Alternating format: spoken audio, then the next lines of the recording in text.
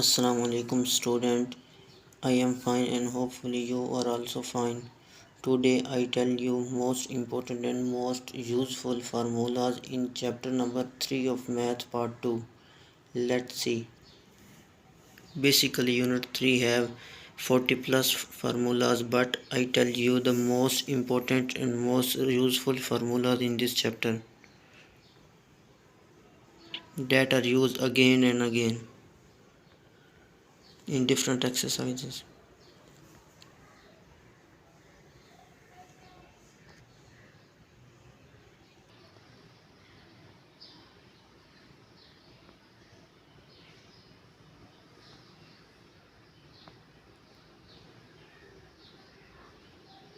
Some suitable substitution that are used in this chapter that is very important at the MCQs and short questions point of view.